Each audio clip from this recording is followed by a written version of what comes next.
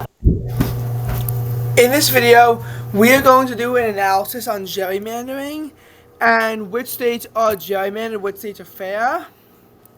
Because there's been a lot of propaganda from the Republicans about why the gerrymanders that they want to do in Texas, as well as Florida, Missouri, Indiana, are fair.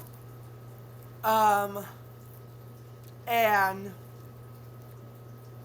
we're going to debunk that and prove, Democrats gerrymandering isn't as bad as expected, and Republicans themselves gerrymander a lot more than they're willing to admit.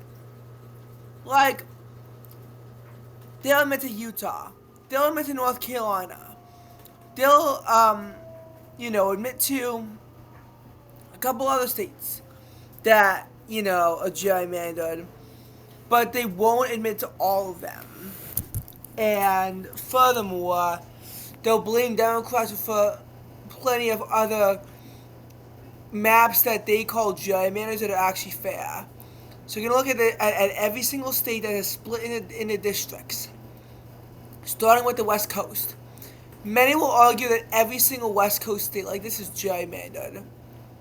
Washington, for example, they'll argue it should not be 8-2.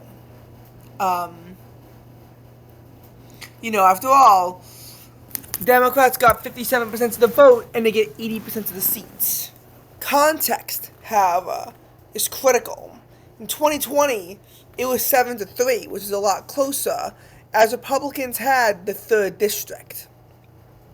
They redrew it slightly, but this is still a very, Republican area in the 3rd. And the 3rd is still R+2. The district voted for a Republican president, a Republican senator, a Republican governor, Republican lieutenant governor, Republican secretary of state, Republican treasurer, Republican auditor, Republican attorney general, and Republican commissioner of public lands. It's still a red district. However, they put up poor candidates, and this is allowing the district to have a Democratic incumbent representative. This is the Republicans putting up horrible candidates. And if they somehow fumble the 4th, actually no, it was 2 Republicans, but still. It's embarrassing for Republicans how they managed to fumble the 3rd district. Oregon, they'll argue 5-1 is also unfair. And first glance, it's 53-42, so it really should be, 4-2 or even 3-3. But this undermines the fact that under this map, Republicans actually won the 5th district in 2022. And then the incumbent lost in 2024. It's not that unfair of a map. There's still other districts that are sort of in play, and the 5th is really in play. This could be a 4-2 map if Republicans actually could put up decent candidates. Nevada, 3-1 in a state that Trump won may seem horrible at first, and yes, Trump did win the state by 3 points. Trump won multiple congressional districts, though. He did. He won the 3rd, but it still elected a Democratic representative because the Republicans aren't putting a good enough campaign to have the seat. And in 2022, the 4th district was also close. I get it solidified itself a lot this time, but really, the 1st, 4th, and 2nd are all in play. Republicans could have a 4-0 advantage in Nevada. It's unlikely. Certainly admit that much, but it's possible. And at the very least, they could easily get into the 4th. Also, keep in mind that the Democrats didn't run a candidate in the 2nd district. California. This is another state that's frequently mentioned. And at first, rightfully so. Republicans get 39% of the vote to Democrats 68, and only come away with 17% of the seats, the Democrats 83. But look at the close races. There are 7 races decided by less than 5%. Republicans won just one of them, the 41st. They couldn't win the 27th. They couldn't win the 13th. They couldn't win the 9th.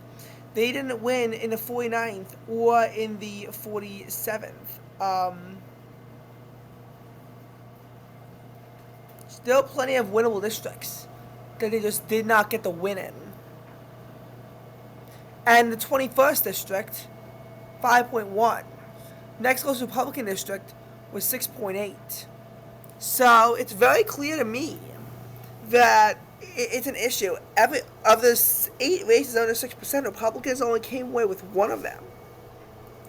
That to me shows that Republicans just can't execute in the close races. And it was 40-12, and then Republicans fumbled away 3 seats without the maps being redrawn. Like you can blame gerrymandering, but Republicans have to stop being crybabies and actually execute if they want to have the results that they want. Arizona is a bit of a Republican gerrymander. I cannot lie. It was 5-4 and then it became 6-3. And again, this is a toss-up state where, based on these results, you'd expect it to be more like 5-4. I'm not going to say Arizona is a key example of gerrymandering, but it does look kind of gerrymandered. Utah. Utah is a state where you had the 4th district, which Democrats took in 2018 by a slim margin, flipped in 2020, and then they basically just cracked Salt Lake City amongst 4 districts to create 4 safe districts. And Utah isn't really even a state where you can make the argument for this when you realize that you do have 2 counties that voted Democrat in this area. I think what it should have been is like the 2018-2020 map where it's 3 Republican districts and 1 toss-up district. Idaho is gerrymandered, but then again, kind of has to be. Montana, this map actually does give Democrats a fair chance. Republicans do it up, though. It's tough to really make a map in Montana that would, that would not have this. So you have 1 slightly red district and 1 safe red district. Colorado, an independent commission drew up this map. And in a state we could easily make it 7-1, though you have to give it the independent commission. I doubt they do that. It's instead 4-4. And this is a state where Republicans got only 42% of the vote and Democrats got 54%. I get that the 8th is close, and it did vote for Democrats in 2022, and the 3rd also almost voted for Democrats before it solidified up. But you realize this almost looks like it was Republicans who gerrymandered it, even though an independent commission actually made the map. So I'd actually say the Colorado map gives them a huge edge. New Mexico, I cannot lie, was gerrymandered. 2016, this district was safe red. And in 2018, it flipped, but then Harrell flipped it back in 2020, only for the gerrymander her out of the district by a slight margin. But now it seems to have solidified by a bit. Also, these 2 districts are not even really winnable districts. So it's not even like you have the argument of where at least have other winnable districts, you don't. And yes, in a state that was 55-44 in the House, it absolutely should not be a 3-0 majority. The second is unacceptable. Nebraska looks fair because the second is purple and it usually votes for Democrats. Kansas, they better not gerrymander Davis out. Oklahoma is gerrymandered. Again, 2018, you have the case of where Democrats flip it. 2020, Republicans flip it back, but then they make it so that they crack Oklahoma City multiple ways, and now no one has a chance again. I will admit Oklahoma is a state where Democrats did not win a single county, but Oklahoma City itself is close. It only voted for Trump by 1.7%. 2020 was 1.1%.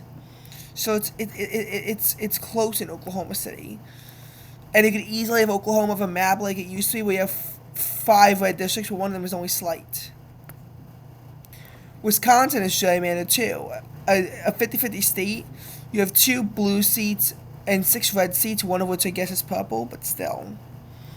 Republicans may make the geography excuse, but it's really not an excuse. You could easily have cracked Milwaukee and made multiple safe districts and made the map more fair. Iowa is a huge gerrymander. I get that the third and first are close and always probably will be close. But 2018, again, the case of where Democrats get 3 seats, Republicans get 2 of them back in 2020, and then they just gerrymander the map so that so you have 4 seats, even though it does make Miller Meeks very vulnerable and none slightly vulnerable.